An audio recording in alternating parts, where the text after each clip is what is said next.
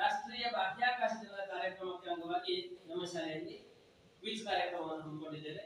Quiz ಕಾರ್ಯಕ್ರಮದಲ್ಲಿ 5, 6, 7ನೇ ತರಗತಿಯ ಮಕ್ಕಳು ಭಾಗವಹಿಸ್ತಾ ಇದ್ದಾರೆ.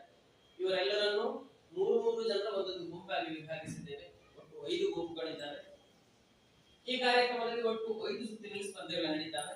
ಮೊದಲನೇ ಸುತ್ತು ಗ್ರಹಗಳು, ಎರಡನೇ ಸುತ್ತು ಧೂಮಕೇತುಗಳು, ಮೂರನೇ ಸುತ್ತು ಉಪಗ್ರಹಗಳು, ನಾಲ್ಕನೇ ಸುತ್ತು ಚಂದ್ರಯಾನ ಮತ್ತು 5ನೇ ಸುತ್ತು ಚಂದ್ರಯಾನಿಗಳು.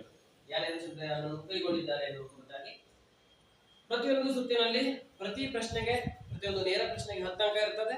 ಪಾಸ್ ಆದಂತಹ ಪ್ರಶ್ನೆಗೆ 5 ಅಂಕಗಳಿರ್ತವೆ.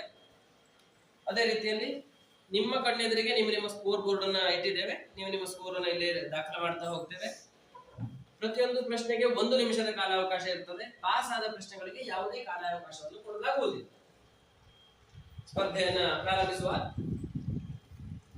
ನಮ್ಮ ಶಾಲೆಯ ಅತಿಥಿ ಶಿಕ್ಷಕರಾದಂತಹ ಕುಮಾರಿ ಸುಷ್ಮಿತಾ ಟೀಚರ್ ಅವರು ಪ್ರಶ್ನೆಯನ್ನು ಕೇಳಬೇಕು ಅಂತ ಹೇಳಿ. ಸೌರವ್ಯೂಹದಲ್ಲಿ ಅತ್ಯಂತ ಪ್ರಕಾಶಮಾನವಾದ ಗ್ರಹ ಯಾವುದು? ಸರಿಯಾಗಿದೆ. ಶುಕ್ರ ಗ್ರಹ. ಎಸ್, ಉತ್ತರ ಸರಿಯಾಗಿದೆ.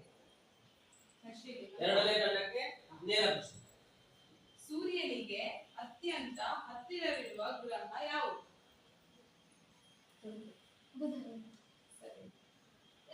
ಉತ್ತರ ಸರಿಯಾಗಿದೆ.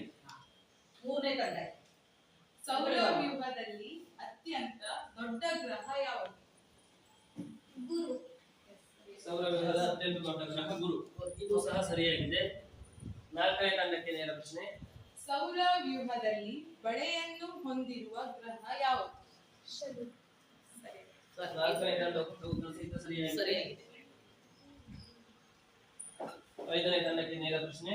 ಕೆಂಪು ಗ್ರಹ ಎಂದು ಕರೆಯಲ್ಪಡುವ ಗ್ರಹ ಯಾವುದು? Very good. ಕೆಂಪು ಗ್ರಹ ಎಂದು ಕರೆಯಲ್ಪಡುವ ಗ್ರಹ ಮಂಗಳ ಗ್ರಹ. ಇಲ್ಲಿಗೆ ಮೊದಲನೇ ಸುತ್ತು ಅಂದ್ರೆ ಗ್ರಹಗಳು ಎನ್ನುವ ಹೆಸರುಳ್ಳಂತಹ ಸುತ್ತು ಮುಕ್ತಾಯವಾಗ್ತದೆ. ಈ ಸುತ್ತಿನಲ್ಲಿ ಪ್ರತಿಯೊಂದು ತಂಡಗಳು ತಮಗೆ ಬಂದಂತಹ ಪ್ರಶ್ನೆಗೆ ಸರಿಯಾದಂತಹ ಉತ್ತರವನ್ನು ಕೊಟ್ಟು ಪ್ರತಿಯೊಂದು ತಂಡವು 10 ಅಂಕಗಳನ್ನು ಪಡೆದು ಎಲ್ಲವೂ ಉನ್ನತ ಸ್ಥಾನದಲ್ಲಿದ್ದಾರೆ. ಈಗ